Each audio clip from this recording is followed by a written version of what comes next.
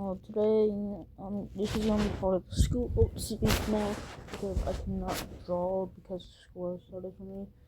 So, I'm going to be doing online art for school. So, here's something that has this. Okay, good. Fine. So, I actually started on this app, and in my posts, I'm gonna show y'all what I'm doing, or what I'm using. I'm using like a DIY pen for like your phone.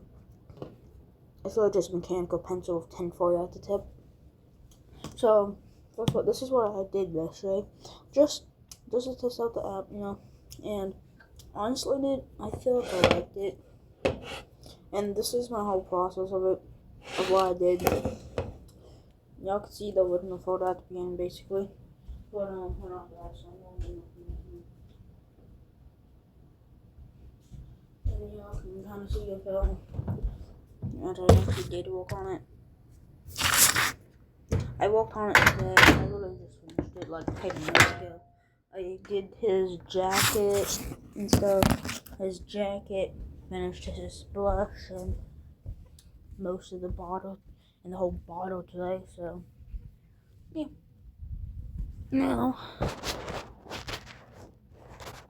I'm going to be looking at I'm going to outline stuff. And the outlining and stuff. Yeah.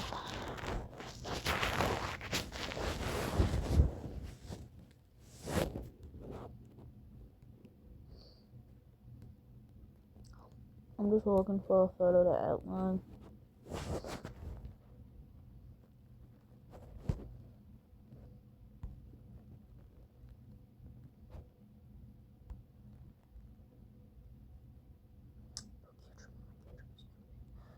Actually, yeah, I know I'm going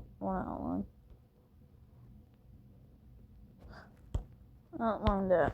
That's what I'm outlining today, yes.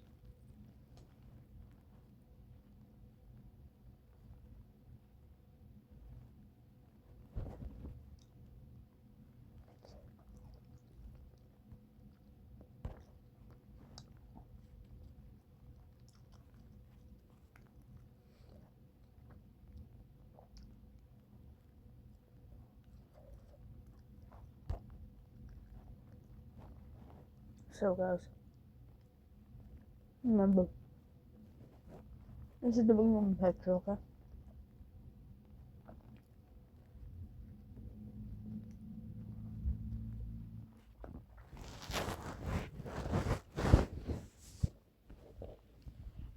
And I'll have to make like different parts to this. You know, every time. Give me a moment, guys. Give me a moment. I'm gonna take a bite of my food. Okay.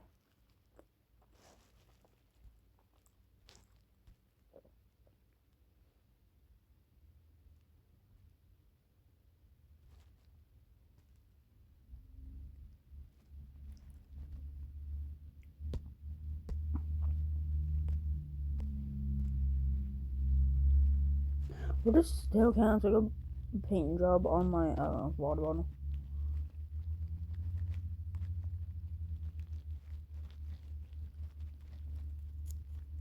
My water bottle needs a paint job, basically.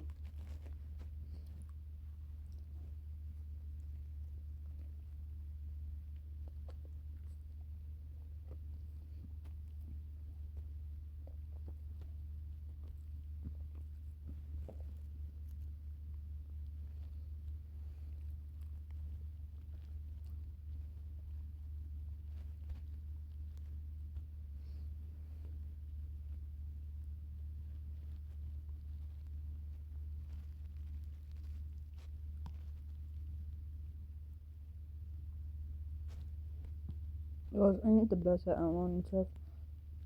So y'all gonna have to bear with me, okay? Y'all gonna have to bear with me. Hold on, let me fix my pen. Yeah. And guys, I am not joking when I say that I've made this pen with just mechanical pencil and then just tinfoil as a tip.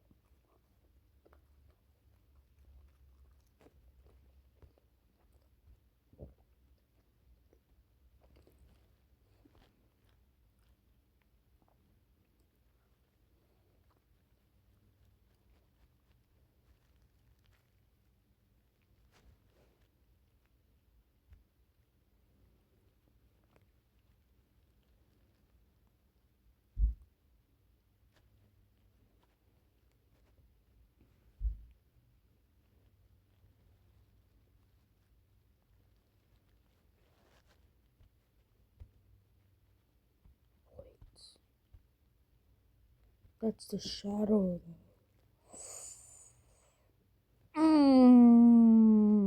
It's fine. It's fine. It's fine. It's fine. We good. We good. I can bear with that.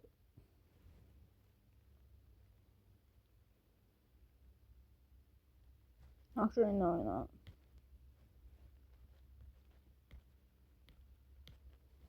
How did it?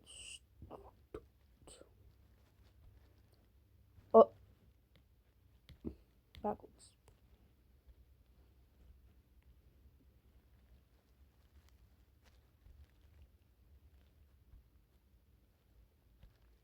I'm thickening my brush. Oh no, you see how thick it is.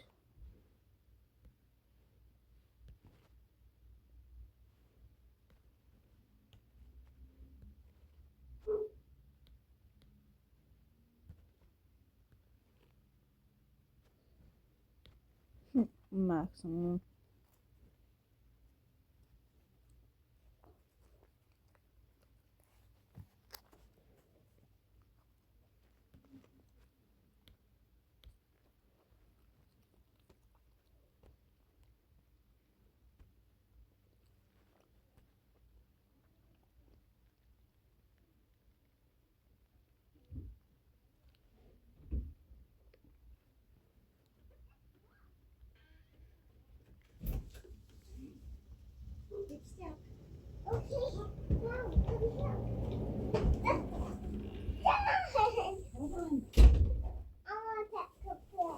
Okay, you can come out and play in just a second.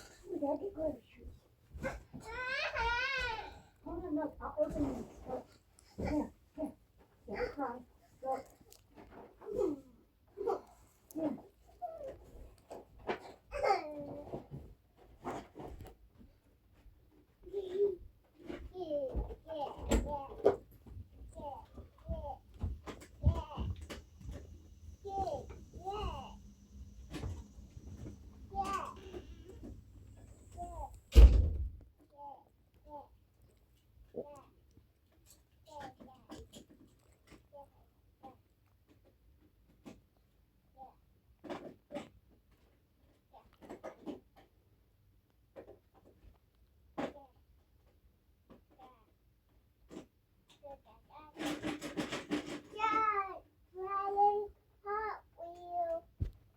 Okay.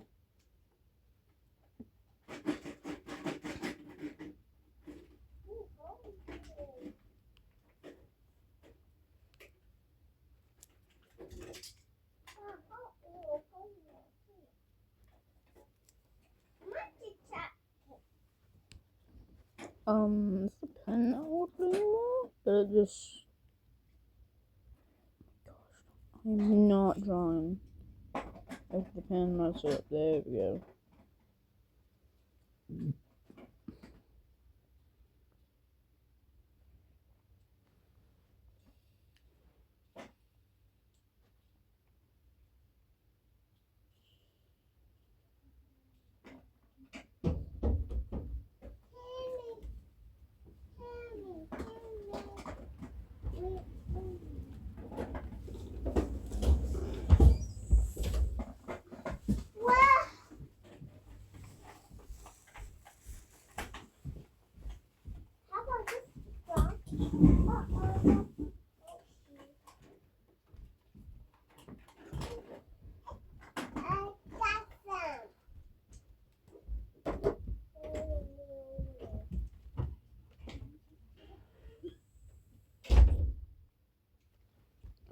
Then we have outlined the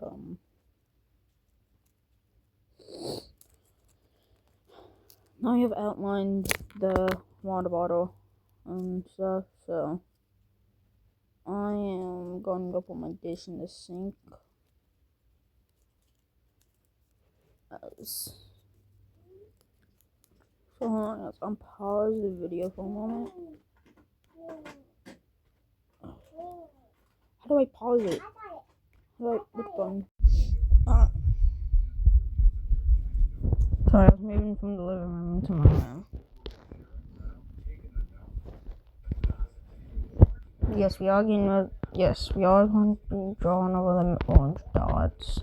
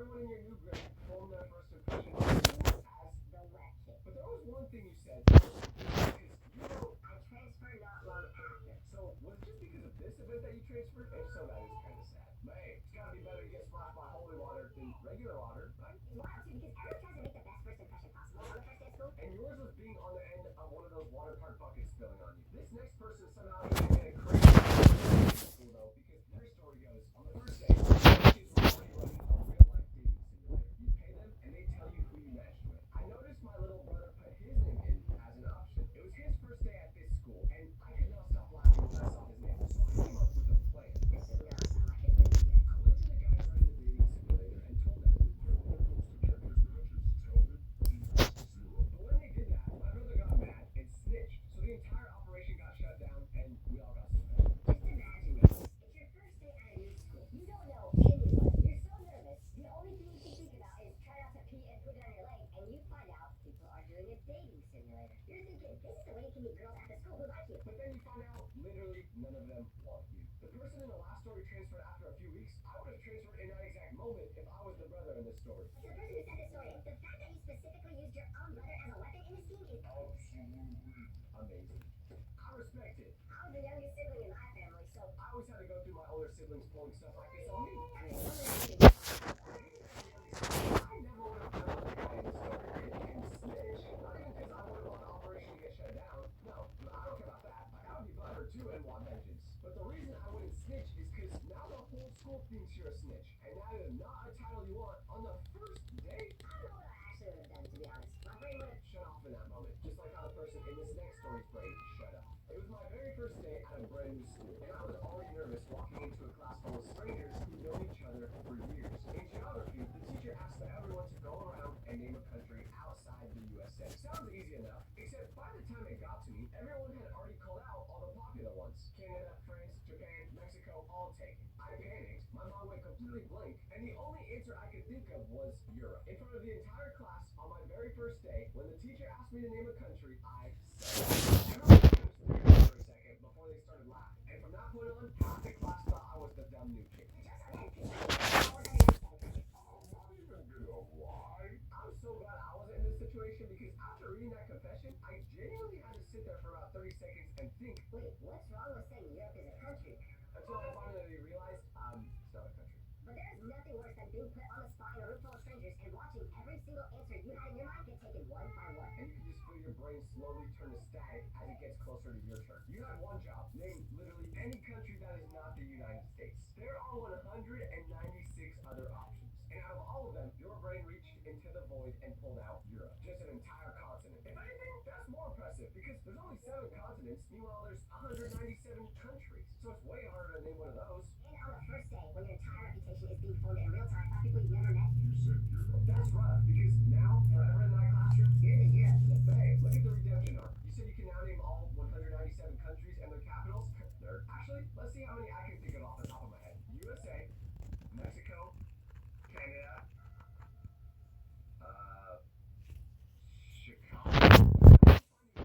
Yeah, that sounds like an amazing time. But unfortunately, that is not what happened in this next story. Because it goes, it was my first day of school, 4th period, right before lunch. A kid comes up to me and says a girl has a crush on me. I ask who, and he points her out across the room. And I have no idea who she is, since I hadn't met anyone yet. But the second I see her, I think she's actually really beautiful. My friend tells me to go ask her out right then, on day one. So at lunch, I work up the courage. She's sitting across the cafeteria, but the lunch monitor tells me to sit down. So I have to sneak past him and crawl on the floor to get to her table with everyone watching. I finally make it to the edge of the table where I think she's sitting, and I tell her. But she just gives me a confused look and then turns back around to her friends. Now I'm confused, and I look back at my friend and realize I confessed to the wrong girl. The real girl my friend was talking about was sitting right next to the one I talked to. But I couldn't now tell her that I liked her also, so I just went back to my table. Let me get this straight. You didn't know your name. You didn't know a single thing about her. All you knew was a stranger pointed across the cafeteria and said, that one. And somehow that was enough for you to decide on your first day at a brand new school that today was the day you were going to confess your feelings. And instead of walking over like a normal person, you got on the floor. You crawl past a lunch monitor whose entire job is to notice exactly that kind of behavior. But hey, that's kind of romantic though. The only thing that wasn't romantic is that, You confessed to the wrong person entirely. and the worst part was, once you did that, you completely ruined any chance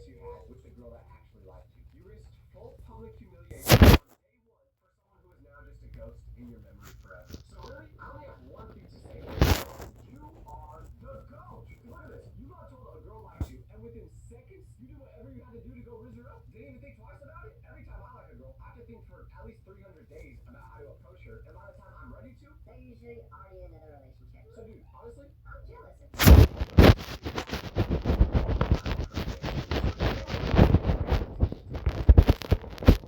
she calls out Tyler. No last name, just says Tyler. I say here, not thinking anything of it. Except there was another kid in the house.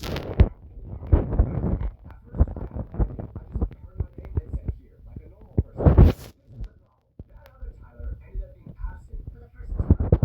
Every single day, when the teacher called out Tyler, I kept saying here because I genuinely thought she was talking to me the entire time. But it turns out I was actually the second Tyler on the list and not the first. so every time I said here, I was saying it for the other Tyler. And when she would call out the next Tyler and no one responded, I'd get marked absent. So for a full week straight, the teacher was marking me as absent and marking the other Tyler as present. Even though he wasn't in the building. 5 days in, my parents get a phone call from the school saying I'd been skipping class. I'm sitting there like, what?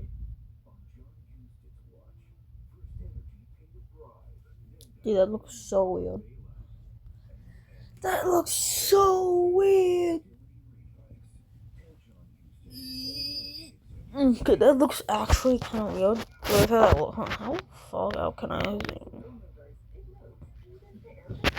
Oh, it's in.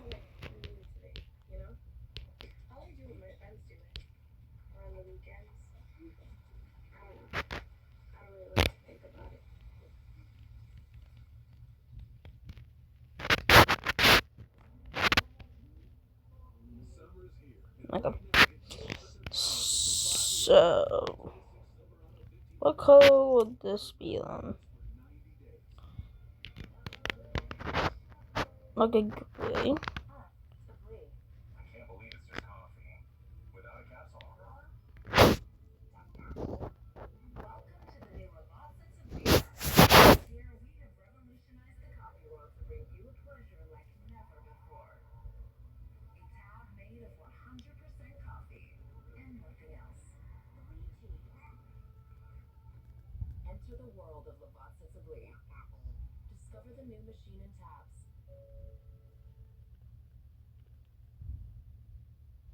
What do you mean I've been skipping? I've been here every single day. Turns out this entire time, there were just 2 Tylers. And the teacher never thought to use last names. So the school legitimately had no idea which one of us was actually in the room. Let's say students always get punished if they do anything wrong. In this scenario, I think the teacher of his class should.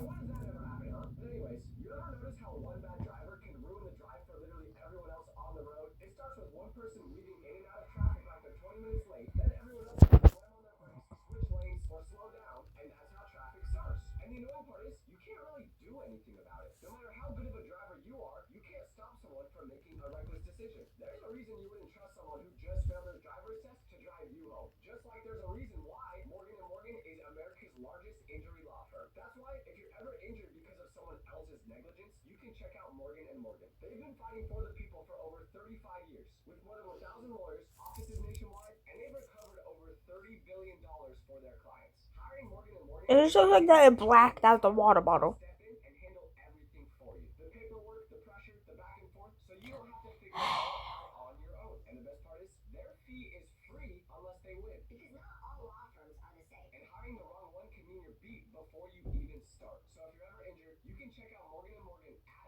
forthepeople.com/Tyler Vitelli. Now back to the video. Anyways, that story always reminds me that first days of school are just chaos for everyone involved. No matter what side of the confession you're on. Which brings us to this next one. Because probably the worst thing that can happen on your first day is your own boss. Let's see one of my water bottles I use a lot. I had never once thrown up in my entire life. But mid-sentence, on day 1, I projectile vomited straight across the table. I got sent home immediately and ended up staying home for over 2 days. Turned out to be food poisoning. Kind of funny, kind of terrifying, and definitely not the first impression I was going for. This has to be one of the fastest jinxes in human Oh my gosh. You didn't even finish the sentence. You were mid-brag, actively in the process of telling a table full of random people that you had never thrown up in your life. Kind of a weird thing to tell people you just met, by the way. But in that moment, your stomach heard that and said, not anymore. That is comedic timing money can't buy. Which is exactly why I think this story is a lie. It's too perfectly timed for it to be true. But if somehow it isn't a lie, that is the craziest coincidence ever recorded. Like it's the first day, and you're there in front of a table of people who now, forever you with that exact moment. You didn't just make a first impression, you made a biohazard. I'm really trying to visualize what this scenario actually looked like, which is kind of disgusting considering they were throwing up. But this is how I imagine it went. Yeah, I've literally never thrown up in my life before. Okay, say less. It's actually kind of impressive when you think all your new friends you made on the first day Are no longer your friends. Next one. First day of 6th grade, me and my friends wanted to start the year off right. So naturally, we thought it would be funny to put our gum in our teacher's coffee. When she came back and took a sip, she swallowed the gum and thought it was a dead fly. She started crying and screaming and called another teacher in to give her CPR so the fly would come back up. Me and my friends were dying laughing the entire time. What do you mean by We wanted to start the year off right. And then the very next sentence is Someone in her coffee. starting the school year right? I would not want to sit next to you in class. But the real twist here isn't even the prank. It's what happened after. This woman genuinely thought she swallowed a dead fly and needed CPR. Somewhere out there, another full-grown adult teacher was called into that room, saw her coworker panicking, and performed actual emergency medical procedures because of a piece of bubblicious. Now what happens if your teacher has a panic attack and ends up in the hospital? It ain't funny anymore. Okay, I gotta chill. I low-key sounded like a carrot. There are sometimes I just can't decide whose side to be on in these stories. What am I talking about? I know exactly whose side to be on. The teachers. You and me, Lauren. The cool part about this story is the teacher that performed CPR probably thinks she saved a life that day, but you never said in the confession, did they end up getting the bubblicious backup? I need to know that. This next one takes us somewhere I genuinely was not expecting a first day of school story to go, because it starts normal and ends in like an actual horror movie. About 5 years ago, on my first day of school, I Oh, was really shit. curious to see if bathrooms smell bad even on the first day before they've been used a lot. So I went in to check the smell. It reeked, but I didn't go number 2, so I went into a stall and then I heard one kid walk in, then 2, then 3. Before I knew it, there were about 20 kids in the bathroom on day 1 of the school year. It got quiet, too quiet. Then they turned the lights off and I saw them pull out 5 sticks of bright red chalk and started drawing something on the floor. Then they lit candles. I was standing on the toilet seat so they wouldn't spot me, and that's when it hit me. They were performing some kind of ritual, chanting a language I didn't recognize. It went on for 30 minutes and made me miss half of class. I got detention and so did they. Start requesting that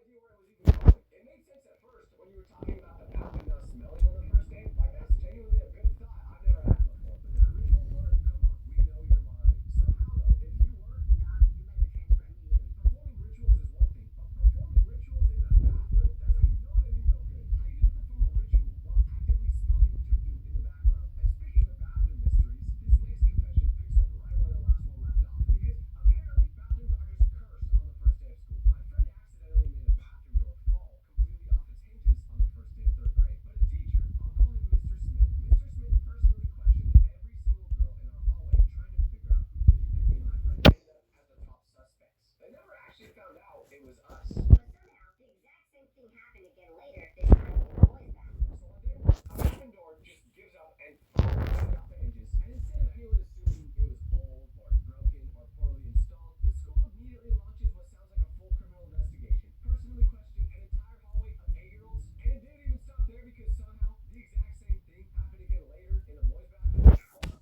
Asking if maybe, just maybe, the doors were the problem, and not a 3rd grade crime group purposely destroying the bathroom. This school sounds like it's ready to fall apart. I'm sure there was probably an instance where someone went number 2 in one of the toilets, and the force of it made the toilet break. Like, everything in this school just sounds way too delicate. And can we talk about Mr. Smith for a second? Because the way you describe it, he sounds less like a teacher and more like a detective who just got assigned his first big case. Alright, we need to find out who is responsible for that door. I think the door is just old. That's exactly what someone who came would say. Come with me, you're suspended. Mr. Smith really looked at an entire hallway of 8-year-olds on day 1 and decided This was the hill he was gonna die on. he must have just had nothing better to do. But this goes to show, if you're ever in an embarrassing situation on the first day, just tell the truth. Don't lie. Nothing good will come out of that. Like, look at this next story, for example. It was my first day of school, and I was trying so hard to look like I already knew where I was going. I found my locker in the combination, but it would not open. So I'm standing there, trying to stay on day 1, pulling it, twisting the lock, even hitting it a little, like that would somehow help. Then this girl walks up and just stares at me. I'm thinking, why is she looking at me like that? But she goes, that's my locker. And it turns out exactly wrong. Instead of just admitting that, I said, oh, I know, I was just checking if it was locked. Like, why would I be checking her locker? I walked away like nothing happened, and immediately realized My actual locker was right next to hers the whole time. me at school, she'd tightly grip her bag, thinking I was gonna try to rob her. Great first impression for day one. I was just checking if it was locked. Might genuinely be the worst lie I have ever heard a human being tell. Well, except for pretending you don't speak English to the teacher. But not only does it not explain why you were violently yanking on her locker, it actually raises more questions than it answers. Why would you be checking if her locker was locked? What authority do you have to be just checking locks? Not only did you get caught, you got caught and it made it worse by responding with a lie so bad it somehow drew more attention to the crime scene. If I was her, I would have had eyes on you the rest of the school year too. I don't blame her for clutching her bag every time she saw you. She probably thought you were about to jug her. And the fact that you're actually Because it means this entire disaster happened. for absolutely no reason. you could have just looked one locker to the left and said, I guess I had the wrong locker. And you didn't do that. Instead, you went, that's my locker. Oh, I know. I was just checking if it was locked. Why would you be checking that? Definitely not, because I'm gonna rob you. I need a first day story I can actually relate to. Something we've all experienced before, like this. I had a rough morning on the first day because I was in kindergarten and I was terrified to go. I got to class on day one already crying because I wanted my mom. My teacher told me it was okay, but I didn't care. Every time my mom would try leaving, I'd run over to her. Eventually, she left and I tried running to her again, but my teacher pulled me back. So I whacked her in the face and then kept running. It's safe to say I did not have a good first year of school. I think almost everyone watching this has some version of this exact memory buried somewhere. Whether it was you or a sibling, the very first day of kindergarten might be the most terrifying day of your life. I'm actually getting ready for mine next week. But at that age, all you know is your mom. So when she leaves, you start tweaking. You're thinking that teacher's kidnapping you. But you didn't just cry about it. You took action. First time literally ever stepping inside a school and you became prime Mike Tyson. I hope the teacher didn't hold that against you for the rest of the year though, because it kind of sounds like they did based off how you said I did not have a good first year of school. That just makes me think the teacher had beef with you that way. Which is kind of funny to think about. An adult just having beef with a 5-year-old. I'm not saying I'm any better though. Like, if a 5-year-old punched me in the face, yeah, that is pretty weird. Never mind. My first day of kindergarten wasn't that bad because I instantly saw a girl I liked already. It never worked out, unfortunately. Kind of like how people in this next story didn't work out. On the first day of school, I fell in love with a boy in the hallway. I wanted to look cute, so I did a casual one-shoulder backpack swing. I got completely tangled in my hair and ripped my claw clip right out. My open tote bag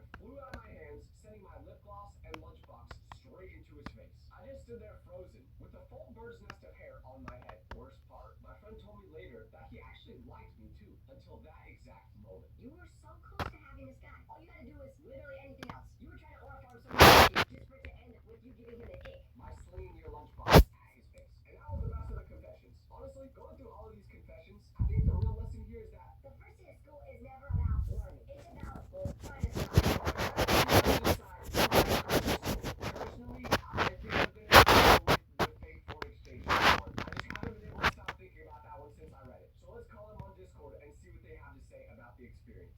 Ryan, how's it going? Well, hey Tyler, so I read your first day of school story, and I just have to ask, what made you want to fake being a foreign exchange student? Well, I was late to school, and I didn't want her to call my mama, so I just told her I was a foreign exchange student. You know what, Ryan? I respect you. You're a cool kid. Thanks, Tyler. Just want to get a shout out. No, don't be glad. This is what building something from nothing looks like. Most people will never understand, but we do.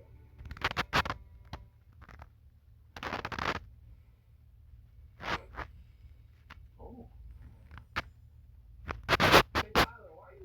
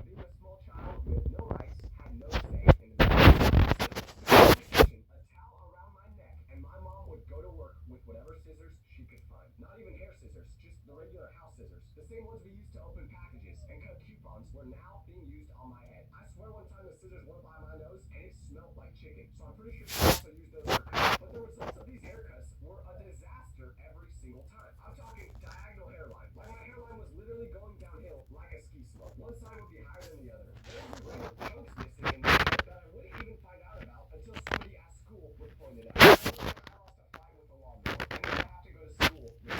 Let me tell you, kids notice a bad haircut immediately. It's like they have a radar for it. I'd walk in trying to keep my head down, trying to be visible, but within seconds, I'd hear it. Hey Tyler, did Helen Keller cut your hair? Why is your hairline like a stock market graph? And the worst part is, I couldn't even defend myself because they were right. I was no comeback for the next month and a half until my hair didn't look completely chopped. And asking for a real haircut was not an option. I once worked up the courage to ask my mom if I could go to an actual barber, and my mom looked at me like I personally insulted her. She went, Why would we pay for that when I could just do it myself? I don't know, maybe because I don't want to look like I just lost a fight with a baboon. And have you ever considered the possibility that there's a reason your haircuts are free and the barbers aren't? If anything, I should be the one getting paid for my hair to look like this.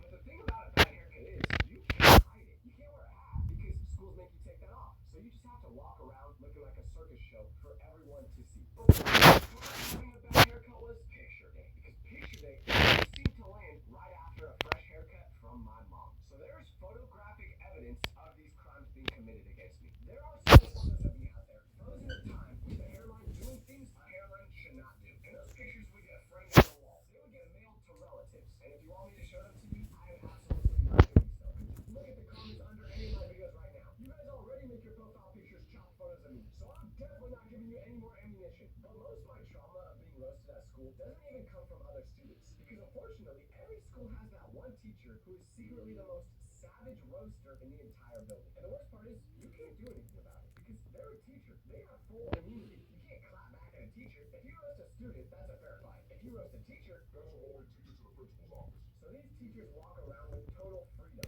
knowing that nobody can touch them. And some of them use that power for pure evil. Because I had this one teacher who was the single most feared person in my school. And not because she was strict, but because she would cook you in front of everyone with zero warning. You'd walk into her class 2 minutes late, trying to sneak to your seat real quiet, and she'd stop the entire lesson just to say, Oh, hey Tyler, did you have explosive diarrhea, or do you have an actual good excuse for why you're not on time? and she'd say that in front of the whole class. But what are you going to respond with? Nothing. You can't say, Why are you only talking with those wrinkles on your face? you just have to sit down and take it while everybody else laughs. And she had to come back for everything. You could not win against this woman. Like this one time, a kid tried to talk back to her, and she didn't even get mad. That was the scary part. Instead, she slowly turned around and said, I'm sorry, I didn't realize the kid with the D- in my class had his own opinions. Please, enlighten us, Gerald. Gerald never spoke again in that class. I'm pretty sure that teacher just loved to cause drama because she had this thing where she would read test grades out loud. You know how most of the time when you get your test results back, the teacher will pass them around with the paper facing down so no one else can see your score. Well, she did the opposite. Now she would say she did this to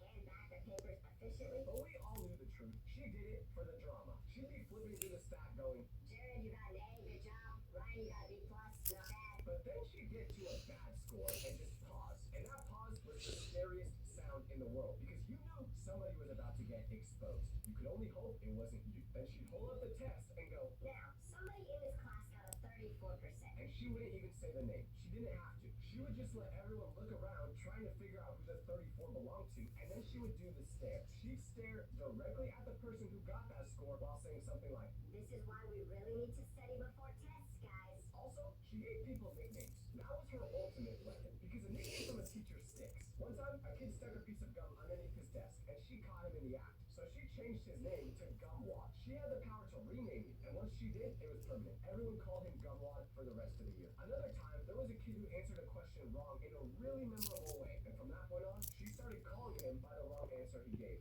for months. New students who joined later didn't even know his real name. They just knew him by the dumb thing he said. When answering a question. She was like the final boss of the entire roasting hierarchy. Not everyone in school is roastable though, because here's how it works. The reason some people are an easy target is because they won't fight back. They're safe to roast. There are no consequences. You can say anything to them, and they'll just Take it. So, Why wouldn't people keep doing it? but the kids who could roast back, nobody touched them. Because the moment you roast someone who's actually good at it, you're taking a huge risk. You throw one little joke their way, and they fire back with something so devastating that now you're the one getting laughed at. So people learned real quick who was safe to roast and who wasn't. And the kids who weren't safe, the ones who would clap back instantly, they walked around with this invisible force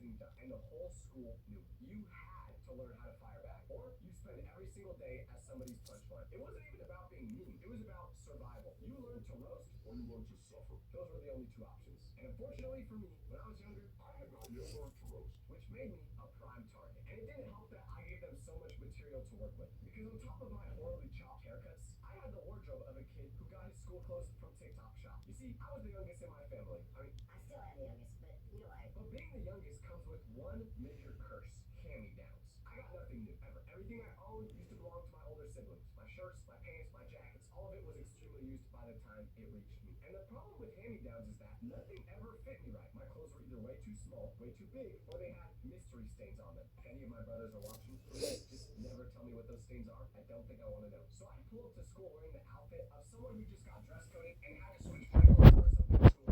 It was horrible, but the worst part about it wasn't even the fact that somebody fit like a dress. It was the fact that when you have old clothes, they just naturally have this odor to them. It's not horrible smelling, but it just smells stale. It's like when you walk into an old person's house, and I already had it hard enough trying to get girls, so this did not help. The style of these clothes were also totally outdated, so I'd be wearing fashion trends from a few years ago. It's like if I were to wear skinny jeans today, and trust me, the kids at school definitely let me hear their opinions on my clothes. Did you steal your shirt from Shaq? Bro, did you get dressed in the dark today? I think I saw that jacket in my mom's closet. I'm making it sound like my family grew up dirt poor and I had no choice but to wear my siblings' old clothes, but no, that's not the case at all. As much as I would love to act like everyone else who says they started from the bottom and they used to be super broke, like there would be nights where they couldn't even afford dinner, that was definitely not what my childhood was like. I had like a middle-class family, never worried about having a roof over my head or just being fed. My mom simply just thought, Since we already had clothes in my size, she didn't need to buy me new ones. so if you ever hear me be like, I lived in the hood when I was younger, man, we had to get it out the mud.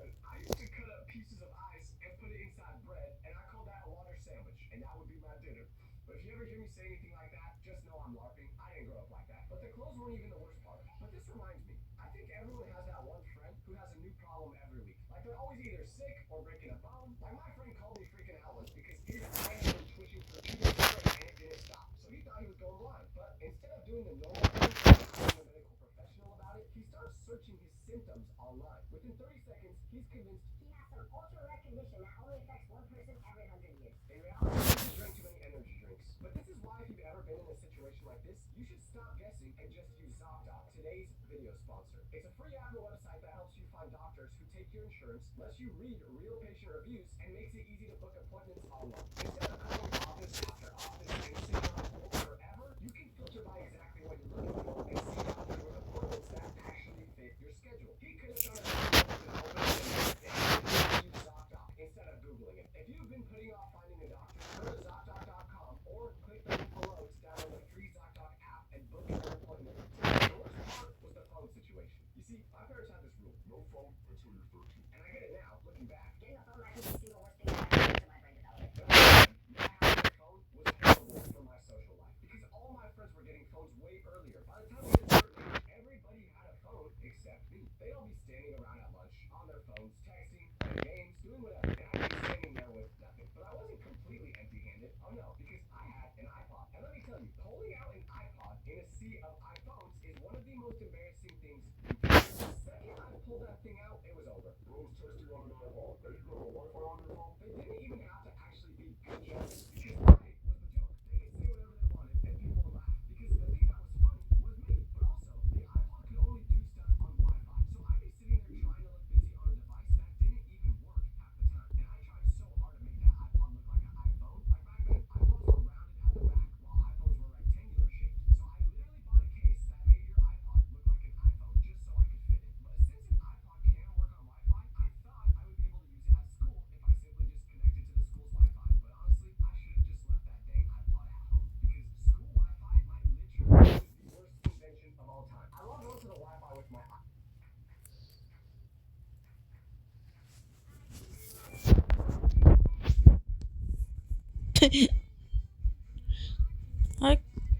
I can do everything better than you. That is such an inspiring words.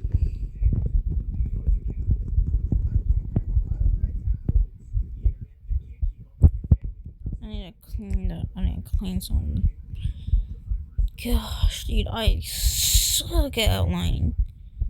I don't suck as some people at online, but damn, I suck. Okay, hold on. No, that actually kind of looks good though. Have to zoom down on it, and that actually looks good. It's a real thing.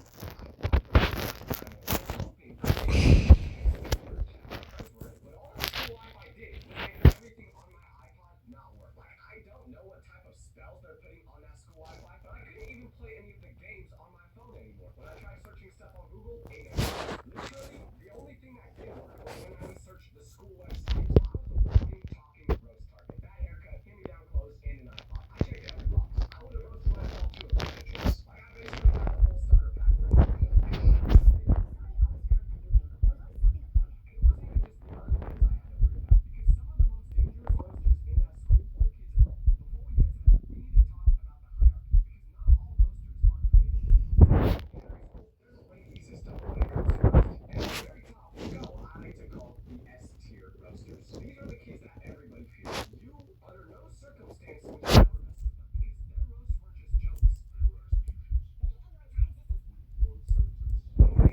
And that gift was called wit. They could look at you for half a second, find your single most insecure feature, and turn it into a one-liner so clean that the whole room would erupt, and you'd have to go home and reevaluate your life. And the scary thing about the S-tier roasters is that you couldn't fight them. There was no clapping back.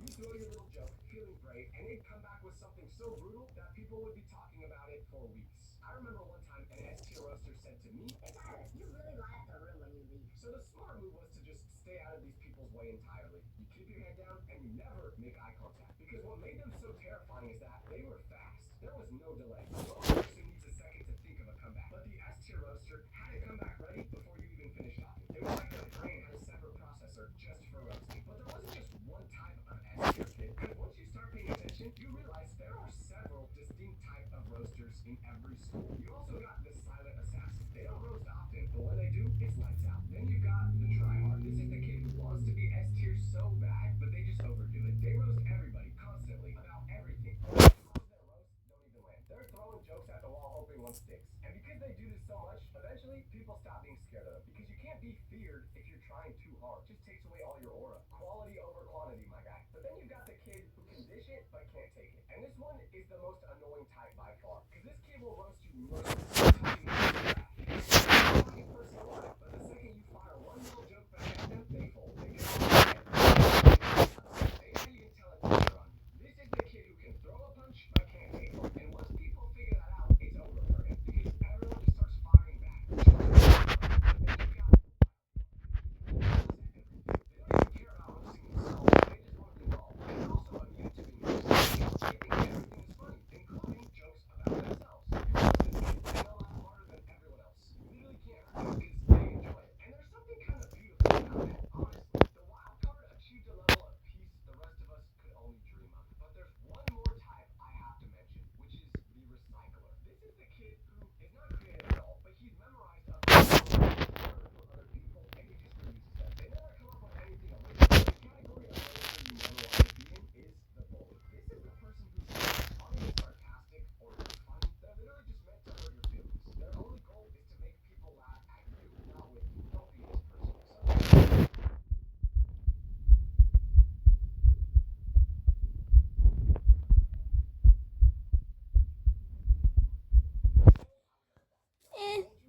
But circle.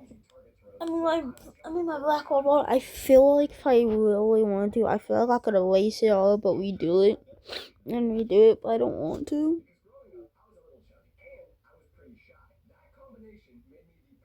So this is how everything looks so far.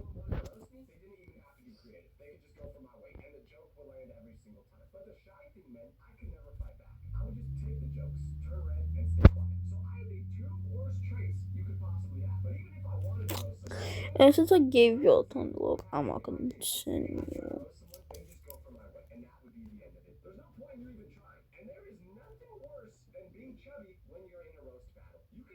Who went to prison, have missing limbs, anything, but you'll still get cooked the most if you're just a little bit pudgy. So after a while, I kind of just accepted that I was always going to get roasted. But then something happened. One summer, between school years, I decided I was tired of it. So I spent that summer getting in better shape. I didn't become a bodybuilder, but I was just, not fat anymore. But what I didn't realize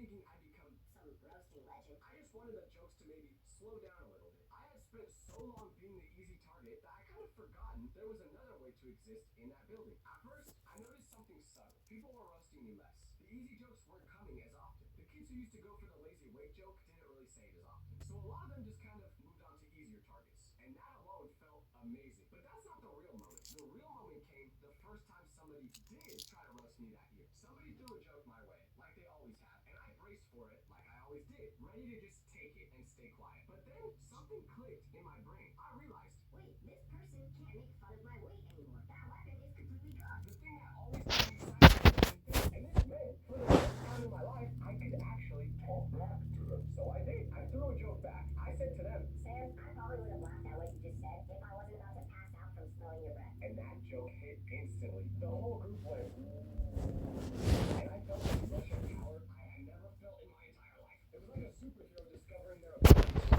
All those years of staying quiet and absorbing every joke, that was now over. I wasn't scared anymore. So I just started shooting roasts. That's why I don't love you, Alex. Your shoes look great. Why do you smell like you haven't taken a shower in 5 years? It was so much easier because people couldn't reply back with something about my weight. Honestly, that's the only reason I'm still not overweight today, because I'm not trying to get slim. I'm not overweight now, and people still call me a big bag. So just imagine if I was. Sometimes I do think though, Is it worth being in shape if it means I have to sacrifice eating McDonald's every day? Still haven't decided.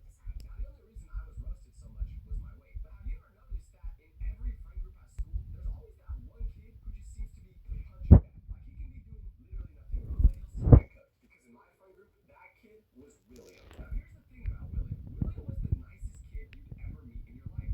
Genuinely. He was the type of guy who never said a mean thing about anybody. He'd help you with your homework, share his lunch with you. But for some reason, everyone decided that William was going to be the target. And once you're the target, there's no escape. It didn't matter what happened. It would always somehow come back to William. Somebody got a bad haircut, one of our friends would go. I mean, at least it's not as bad as Williams. Somebody trips in the hallway. That's totally something William would do. He became the punchline to jokes that had nothing to do with him. He could not win. William brought a lunchbox to school one time. It was just a normal lunchbox. And you would have thought he committed a crime. Bro still has a lunchbox? What, did you give it already? And you would think the funny part was, my other friend had been bringing a lunchbox to school for years, and no one ever said anything about it. But if William actually did do something, forget about it. Like he wore a new shirt one day, a shirt he was clearly excited about. He walked up to us. Somebody goes, Hey Will, where'd you get that shirt? Boston found? William raised his hand in class and got an answer wrong one time. And for the rest of the year, anytime anyone got something wrong, they would go. Aw, bro, I just told a William. And unfortunately, I'm not going to sit here and act innocent. I would join in. I regret it now, but at the time, I was a little bit. As long as they're roasting William. They're not roasting me. William was like a human shield. And I think part of why I went along with it is that being in a group with a clear target is weirdly comfortable. As long as William was in our group, my spot was safe. I'm proud of it. Now, eventually, this started to make me feel really bad. I genuinely liked William, but he never fought back. He never said anything mean back. He just kind of went along with the jokes. But you could tell he was sad. So I felt really bad after a while. And one day, it just hit me that this genuinely nice kid was getting cooked every single day, and he was just taking it. So I had an idea. I pulled William aside, just me and him, and I gave him what I thought was really solid advice. I told him, Listen, Will, you gotta fight back. The reason they're roasting you is because you let them. Next time someone comes at you with a roast, hit them back with one. Once they see you can roast too, they'll leave you alone. and when I told William this, he looked at me with the spark of hope in his eyes. Like I just handed him the secret to a better life. So he nodded and said he'd try it out. Now I thought I'd genuinely change this man's life, and I did. Not in the way I was hoping for. Because here's what I did not account for. Roasting is a skill. It's not something you can just decide to be good at. And William, the sweetest kid alive, had never roasted anyone in his life. He had no training. So the next day, When somebody inevitably came at him with a joke, William decided This was his moment. This was the day he fought back. and he opened his mouth to deliver his comeback, but what came out was nothing. This is how the interaction went. But that stay on your shirt. Did your mama not pin it close this time? Oh yeah? Well, if your mom, well, at least my shirt does it. You didn't know it. So he's just stuttering, and as he's stuttering, you can literally see him start to turn red in real time, while the whole group just stopped and stared at this disaster unfolding in front of them. And finally, once William decided to just give up, everyone else pounced on him. Because now, William didn't just get roasted, he got roasted, and he failed fighting back. So they came up with a new nickname for him, Stutterman. They're imitating him going, Get it out, William. Come on. and the worst part is, after that, William just gave up entirely. He went back to taking the roast froze silently and never tried fighting back again. And he blamed it all on me. He was like, Why would you tell me to try fighting back, Tyler? and I was just like, I don't know. You're gonna sound like a 50-year-old car trying to start when saying your comeback. But if you're the person in your friend group who is basically a human punching bag, don't feel bad because this friend usually ends up being the most successful out of anyone else in the group. And I know that because today he's married and he has a great job as a pilot. Meanwhile, everyone else in our friend group is either single or in a relationship that, If I'm being honest, is not gonna end well. but seeing how much William would get cooked taught me something very important about him. It taught me that roasting isn't just for fun. Roasting is survival.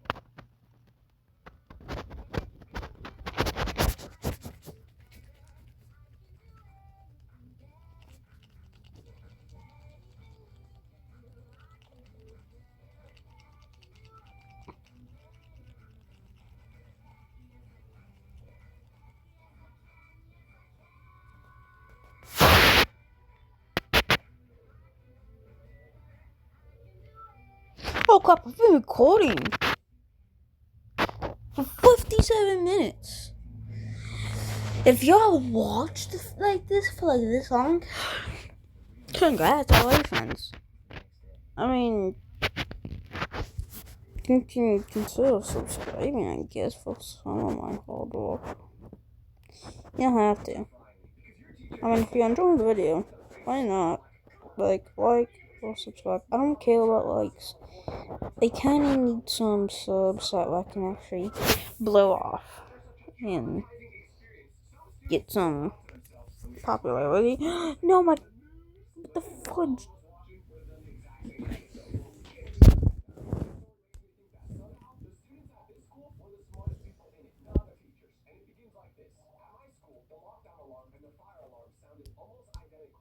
Don't tell me. Oh, it's reloading. Until the day there was actual smoke coming from the chemistry classroom. The fire alarm went off, and immediately the whole school split into two completely different responses depending on which classroom you were in. Half the classes recognized it as the fire alarm, followed fire drill protocol, and started calmly evacuating students outside. The other half heard the same sound, thought it was the lockdown alarm, barricaded their doors, and hid. So for almost 30 minutes, you had one half of the school standing in the parking lot while teachers tried to figure out if there was an actual fire, and the other half were pressed against walls in darkened classroom, fully convinced there was an active intruder on campus. And keep in mind, smoke was filling through the vents at this time. The fire department arrived to find students on the lawn and couldn't understand why half the building was still sealed off.